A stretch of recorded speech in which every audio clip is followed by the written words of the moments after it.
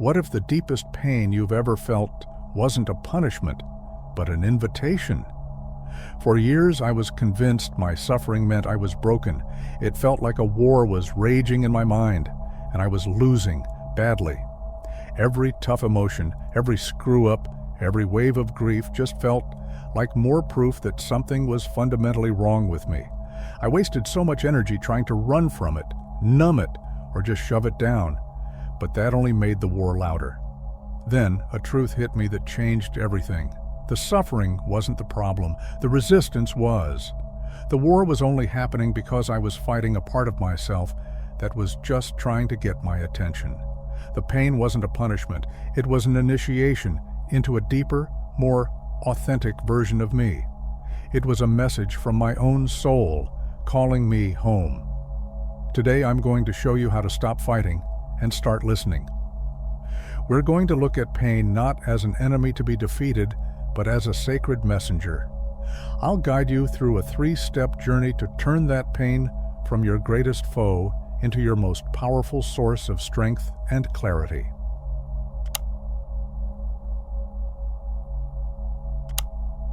First things first, we have to see the resistance for what it is. This is the real root of our deepest suffering. In Buddhist philosophy, there's a great parable about the 2 arrows. The first arrow is the actual painful thing that happens, the loss, the betrayal, the illness. That first arrow is just part of life. It hurts. But the second arrow, as the Buddha explained, is our reaction to the first one. It's the story we spin about the pain. It's the shame, the blame, the self-criticism, and that endless, miserable loop of why me? The first arrow is pain. The second arrow is the suffering we add on top by fighting the reality of that pain. And this resistance, it's sneaky. It shows up as that desperate need to distract ourselves. It's the mindless scrolling on your phone, the extra glass of wine, the busy work we invent just to avoid the quiet where our feelings are waiting. It's when we intellectualize our emotions. We'll talk about being sad or angry, but we never actually let ourselves feel it. As the Stoic philosopher Seneca put it, we suffer more often in our imagination than we do in reality. Our resistance, our fight against what is what cranks our torment up to 11. Spiritual pain pops up when we're disconnected from our true selves. It's that feeling of emptiness that comes from bottling up our real emotions and the shadowy parts of who we are. This creates chaos inside, a signal that there are wounds that need our attention. So your first job is simple. Just notice the resistance, no judgment. Where are you shooting that second arrow at yourself? Where are you fighting reality? Acknowledge it, name it, maybe even write it down. I am resisting my grief. I am avoiding the feeling of failure. This simple act of naming it creates a little bit of space between you and the resistance. It's the first step to taking your power back.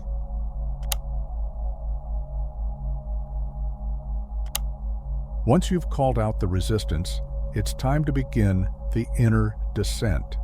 This is the heart of the whole transformation. Instead of running away, you're going to learn to turn inward and meet your pain face to face. This isn't about wallowing in misery, it's about courageous exploration. This is what's known as shadow work, the practice of exploring your inner darkness to find the parts of yourself you've pushed away. It's a journey into your own subconscious to reclaim the power you've left buried there. Going on this descent isn't a sign of weakness, it's essential for any real growth. A Polish psychologist named Kazimierz Dąbrowski had this amazing theory called positive disintegration. He argued that for our personalities to truly develop, we need crises and anxieties to break down our old rigid ways of thinking. These periods of falling apart, as awful as they feel, are positive because they let us consciously rebuild ourselves on a foundation of higher, more authentic values. Think about it. A muscle has to tear to grow back stronger. Sometimes our old self has to crumble to make room for a more resilient one. So, how do you actually do this? You start by creating a safe space to just feel. This could be through journaling, meditation, or even just sitting in silence for a few minutes. Turn your focus inward and gently ask, what is this pain trying to show me? Get curious. Instead of trying to fix the feeling, just observe it. Where is it in your body? Does it have a temperature, a shape, a color? Just breathe into it. This isn't a head trip. It's about feeling it in your body. You're learning to sit with the discomfort without running away from yourself. Almost every spiritual tradition honors this process. In Christianity, it's right there in the Serenity Prayer. God, grant me the serenity to accept the things I cannot change, the courage to change the things I can, and the wisdom to know the difference. The descent requires both that serenity of acceptance and the courage to face what you find. It's about surrendering the fight. And surrender isn't defeat. It's releasing all that tension so you can finally get some clarity. As the psychiatrist and Holocaust survivor Viktor Frankl wrote, we can't always control what happens to us, but we can always choose our attitude toward it.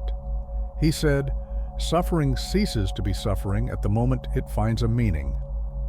When you descend into your pain with curiosity, you begin the sacred work of finding its meaning.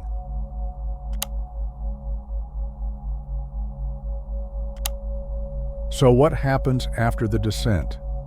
This is where the real magic happens. This is the integration. When you finally stop fighting your inner world and meet it with acceptance, something incredible happens. All the energy you were wasting on suppression is suddenly freed up. This newfound energy is the fuel for a powerful transformation that psychologists call post-traumatic growth, or PTG. PTG isn't about bouncing back to who you were. It's about bouncing forward. It's a profound positive change that happens after you've wrestled with a major life challenge. Researchers have found that this growth shows up in 5 key ways. First, you gain a greater appreciation for life. After walking through darkness, you start to see the smallest joys, a morning coffee, a good laugh, as the incredible gifts they are. Your priorities get a major reshuffle. Second, you see new possibilities for your life. The pain that felt like a dead end actually opens doors you never would have seen otherwise. You might feel pulled toward a new path that's more aligned with the truth you found in yourself. Third, you discover a new sense of personal strength. By facing what you were terrified of, you uncover a resilience you never knew you had. You realize that if you could handle that, you can handle just about anything. And that's not just a thought, it's a feeling deep in your bones. Fourth, your relationships get deeper.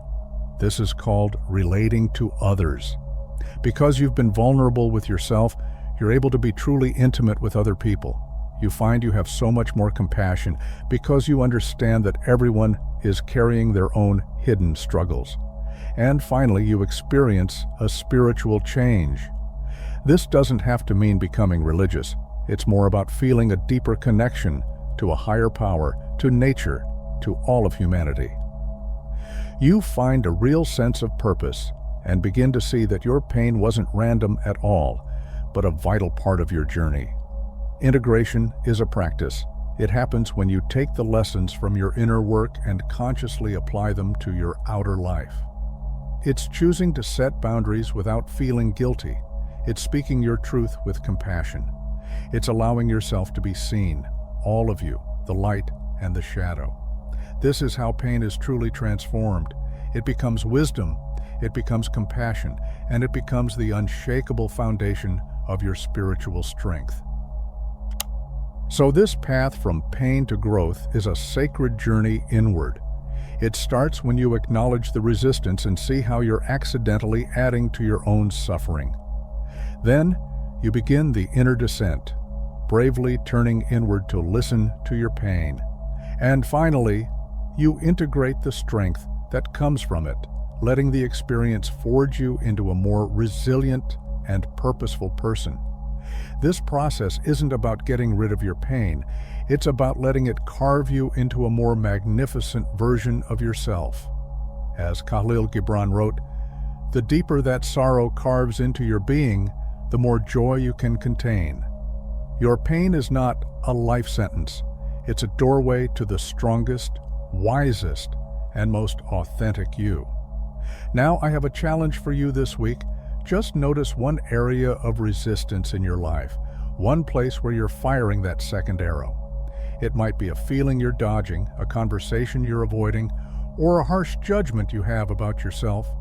Share what you find in the comments below. This is a community, and your story could be the light someone else needs on their path. Let's support each other. And if this helped you today, please give this video a like and subscribe for more on turning life's biggest challenges into your greatest strengths. Thank you for walking this path with me.